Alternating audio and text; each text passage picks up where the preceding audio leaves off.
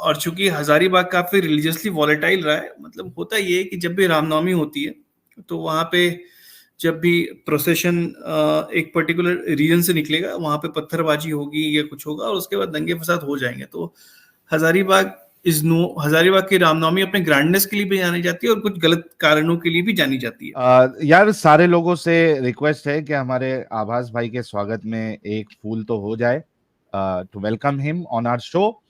आभास भाई, before I proceed and ask you certain questions, सबसे पहली चीज, अगर छोटा सा आप अपने बारे में इंट्रोडक्शन दे दे लोगों को तो आसानी हो जाएगी समझने के लिए। बिल्कुल, I can do who that. Is आभास Maldahiya?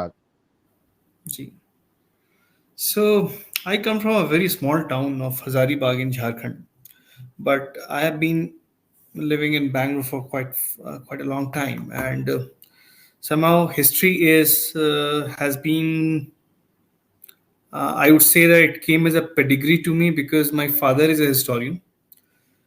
So mode of language Hindi English क्या रखना better यार रहेगा? Brother I am so sorry, brothers I am so sorry, हमने इस स्ट्रीम का मीडियम चेंज नहीं किया, वो हिंदी था साहिल भाई, वो तो लड़की के लिए हमने इंग्लिश किया था क्योंकि उसे हिंदी नहीं आती, तो हमारे लोगों को सर समझ नहीं लगेगी। अगर आप हिंदी बोल सकते हैं तो हिंदी बोले, अगर नहीं बोल सकते दैट्स अ सेपरेट थिंग। ठीक है, हिंदी में ही बात करते हैं। सो मेरे पिताजी एक सॉरी मैंने आपको इंटरप्ट किया, माय बैड। नहीं, नो वरीज। तो मेरे पिताजी खुद इतिहासकार हैं, तो उस वजह से इतिहास हमेशा से एक पेडिग्री में मिला था। और जो लोग स्मॉल टाउन से आते हैं उनको ये पता होगा कि छोटे शहरों में क्या होता है कि कई बार जो स्टूडेंट्स होते हैं वो कॉलेज नहीं जा पाते हैं क्योंकि वो बहुत अलग अलग तरह के काम कर रहे होते हैं। उस वजह से कई बार क्या होता है, वो टीचर्स के साथ शाम में जाकर के डिस्कशंस करते हैं, पढ़ाई किया करते थे। तो मेरे पिताजी इससे भी पढ़ने के लिए शाम में काफ़ी स्टूडेंट्स आया करते थे और वहाँ मैं बैठ जाता था और इतिहास की कहानियाँ सुना करता था कि क्या है क्या नहीं। और वहाँ से इतिहास से कनेक्शन सा बन गया। और जब मैं आर्किटेक्चर स्कूल में आया, मैं आर्किटेक्ट हूँ बाय प्रोफेशन। तो आर्किटेक्चर स्कूल में आकर के भी, और ऐसा होता है कि आर्किटेक्चर और इतिहास दोनों एक दूसरे के पूरक हैं, क्योंकि जो आर्किटेक्चर हम आज बना रहे हैं वो कल के इतिहासकारों के लिए वो केस स्टडी होगा उस समय की सोसाइटी और सिविलाइजेशन को समझने के लिए। तो इतिहास और आर्किटेक्चर दोनों एक दूसरे के पूरक है, लेकिन आपको बहुत कम आर्किटेक्ट मिलेंगे जो इतिहास में रुचि रखते हैं, आपको बहुत कम ऐसे इतिहासकार मिलेंगे जो सही तरह के आर्किटेक्चर में रुचि रखते हैं। वो बोलने को आर्किटेक्चर की बात करेंगे लेकिन आर्किटेक्चर से भी उनका कोसों का रिश्ता नहीं है। और अभी 2019 में मेरी एक किताब आई थी जिसका नाम था Modi again, an ex communist manifesto. मतलब वो मेरी एक जर्नी थी from being a communist to not being a communist. और कम्युनिज्म भी अपने आप में एक रिलीजन की तरह है, क्योंकि वहां पे भी एक किताब है, एक प्रॉफिट है। मतलब there is a man and there is a book there as well. Oh yes, तो Karl Marx is the prophet और Das Kapital happens to be the main book. और उसके बाद अलग अलग तरह के इंटरप्रिटेशंस है। तो और अभी मेरी रिसेंटली किताब आई है जो कि पहली बुक है in the series of whole Mughal history. और किताब का नाम है बाबर द चेसबोर्ड किंग, जिसके बारे में आज हम थोड़ी चर्चा करने वाले हैं। और ये किताब 4 साल लगा मुझे इस किताब को पूरा करने में।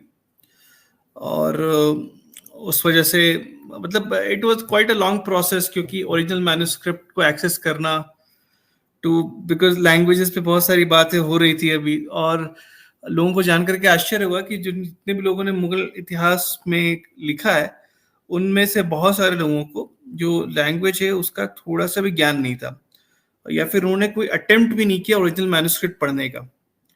तो अभी जो बाबरनामा का जो पर्शियन मैन्युस्क्रिप्ट है वो नेशनल लाइब्रेरी में रखा हुआ है, नेशनल म्यूजियम में दिल्ली में। और I was surprised to know that I was the 9th person to access it. और वहां से उसको एक्सेस करके मैंने इसको जितना प्राइमरी सोर्स बेस हो सकता है उस तरह से कहानी लिखने की कोशिश की। जी, तो आभास जी, नाम टाइटल जो है बड़ा अलग ही तरीके का बुक का टाइटल है, वो जो सेकंड पार्ट है the chessboard king. So the first question is हमको वो रीजन जानना है कि आपने किताब लिखी क्यों आखिर बाबर के ऊपर। अच्छा, बिफोर प्रोसीडिंग साहब और अब्बास भाई, मैंने लिंक पिन किया हुआ है, तो जिस भी भाई को किताब खरीदनी है वो उस पे क्लिक करके किताब खरीद सकता है। अब्बास भाई बिल्कुल। की किताब का लिंक हमने दोनों चैनल पे पिन किया हुआ है। जी जी thank you Amit, thank you so much यार। जितने लोग देख रहे हैं, अगर आपको ये किताब परचेस करनी है तो पिन कमेंट में आपको लिंक मिल जाएगा, वहां से आप लोग जरूर परचेस करिएगा, ताकि we need to support such people who bring the truth in front of the world. तो जरूर इसको खरीदे एंड सपोर्ट दिस बुक। जी Abhas ji. Thank you Sahil, thank you Amit, it's really pleasure. So हाँ, तो अब जब मैं जहाँ से आता हूँ हजारीबाग, वो बड़ा ही रिलीजियसली काफी वॉलेटाइल जगह है। और होता ऐसा है कि जब बाबरी का विध्वंस हुआ था 1992 में, उस वक्त मैं 4 साल का था। और वो जब वो ऐसा दौर था जो स्मार्टफोन्स का एरा नहीं था उस समय। जो चाचा मामा इन लोगों की बातें होती थी 4 साल 5 साल में, जो आप सुनते हो, वो आपके साथ बैठ जाती थी और वही आपके इंटरटेनमेंट का भी सोर्स होता था। कई बार आप अपने रिश्तेदारों के गॉसिप सुनते थे। ये ऐसे बचपन हर किसी का बीता होगा शायद, जो उस दौर में बड़ा हुआ है। तो उस समय जब बाबरी विध्वंस हुआ था, जब बाबरी को गिराया गया था, तो उस वक्त मैटर पूरी तरह से न्यूज में रहा था और लोग उसके बारे में बात किया करते थे। और चूंकि हजारीबाग काफी रिलीजियसली वॉलेटाइल रहा है, मतलब होता ये है कि जब भी रामनवमी होती है तो वहां पे जब भी प्रोसेशन एक पर्टिकुलर रीजन से निकलेगा, वहां पे पत्थरबाजी होगी या कुछ होगा और उसके बाद दंगे फसाद हो जाएंगे। तो हजारीबाग हजारीबाग की रामनवमी अपने ग्रैंडनेस के लिए भी जानी जाती है और कुछ गलत कारणों के लिए भी जानी जाती है। तो हमेशा से राम को लेकर के एक अलग सेंटिमेंट था। बाबर से रिलेटेड कहानियां सुनते आ रहे थे हम लोग कि कुछ ये ऐसा है। हालांकि नाम मस्जिद का बाबरी था, लेकिन बाबरी मस्जिद से हमेशा जो उस समय इंटरप्रिटेशन था ये था कि बाबर बाबर बाबर। और चूंकि मेरे पिताजी भी इतिहासकार थे, और जो एकेडमिक हिस्ट्री होती है उसमें आप ये देखेंगे कि अगर आप किसी भी बच्चे से पूछ लीजिए, भारतीय बच्चे से, अच्छा भाई 6 या 10 राजाओं के नाम बताओ, तो वो शायद राजाओं में सबसे पहले जलालुद्दीन मोहम्मद अकबर का नाम लेगा। उसके बाद राइट। हाँ, शेर, जो कोई अगर बिहार से तो वो शेरशाह सूरी का नाम लेगा। अगर कोई तो उसके बाद औरंगजेब का भी नाम आ जाए, क्योंकि औरंगजेब के बुरे कामों के लिए आज लोग औरंगजेब को हीरो बना रहे हैं, लेकिन कुछ समय तक औरंगजेब को अच्छा नहीं माना जाता था, चाहे वो किसी भी तरह के एकेडमिशियन हो। तो लेकिन कोई भी आपको ऐसे राजाओं का नाम नहीं ले पाएगा जो आक्रांताओं से युद्ध लड़ रहे थे। या फिर अगर आज भी इतनी बड़ी पॉपुलेशन जो भारत की है वो हिंदू है, तो इसका मतलब ये था कि लोगों ने उसका जवाब दिया था। अब जैसे we were talking to Egyptian girl few moments back, Egypt को तकरीबन 15 साल के आसपास, 2 डिकेड के आसपास लगा उसके पूरे कल्चरल चेंज होने में, राइट। दूसरी जगह भी जब जहां पे भी कन्वर्जन हुए, it was always a period of से 2 डिकेड्स या। लेकिन भारत एक ऐसा राष्ट्र था जो 7th 8th सेंचुरी ऑनवर्ड आज तक उसको रजिस्ट करता रहा, और आज भी हम लोग प्राउडली तिलक लगाते हैं और कलावा पहनते हैं। मतलब ये हुआ कि कुछ लोगों ने सर्टेनली बहुत बड़े बड़े बैटल्स लड़े, लेकिन आप उन राजाओं के बारे में कुछ भी नहीं जानेंगे। नहीं जानते, सही। बिल्कुल नहीं। तो हमको ये नहीं पता होगा कि अगर जैसे मराठाओं की मिट्टी बात करते हैं, लेकिन मराठा के 4 बड़े लीडर का नाम हम नहीं बता पाएंगे। हम राजपूतों के 5 राजाओं का नाम नहीं बता पाएंगे। हम अहोम वंश के बारे में नहीं जानते हैं, जिसमें लच्युत बरफुकन ने औरंगजेब को धूल चटा दी थी।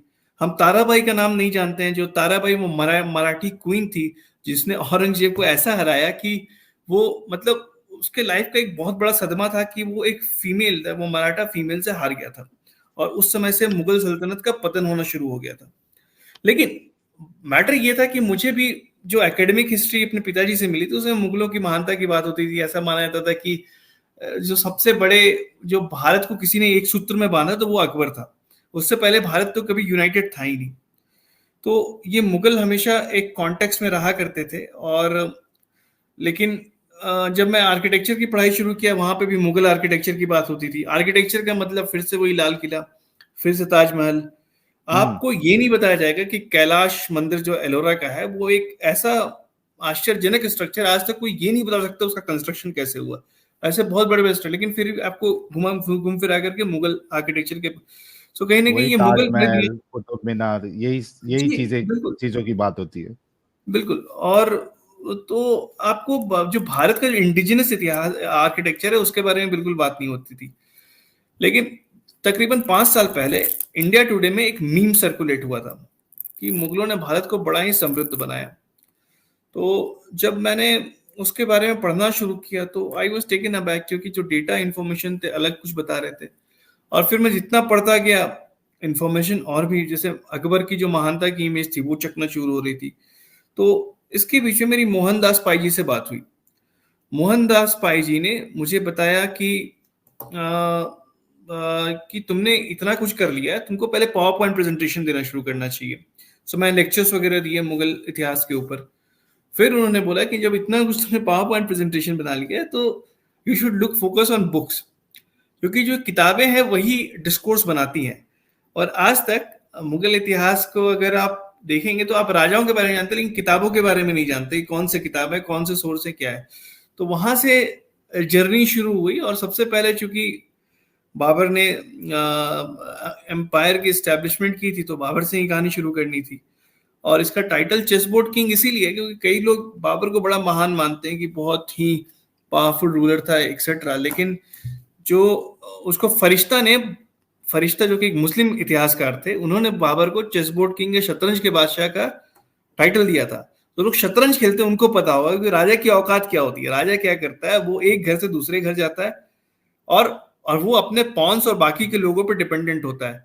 बाबर की जिंदगी बिल्कुल वैसी थी। आज उसके पास ये टेरिटरी है तो वो चली जाएगी दूसरी, तो कभी स्टेबलाइज वो नहीं हो पाया। तो उसकी जिंदगी पूरे एक चेसबोर्ड किंग की तरह थी, जो कि एक ऑलमोस्ट ही was like a loser. So इस तरह से yes, he was not a मतलब he was not at all a powerful person. और खैर अभी हम और बातें करेंगे तो और भी बहुत कुछ जान पाएंगे मुगल वंश के बारे में। और बट जी बेसिकली जी, ये कारण था ये प्रोजेक्ट शुरू करने का, और ये पहली थैंक यू किताब सो है much. Project. Yes. Thank you so much आबाज जी। और जितने लोग देख रहे हैं, मैं फिर से आप सभी लोगों से विनंती करूंगा कि वीडियो को लाइक और शेयर करें ताकि ज्यादा से ज्यादा लोगों तक हकीकत पता चले इन सारे लोगों की।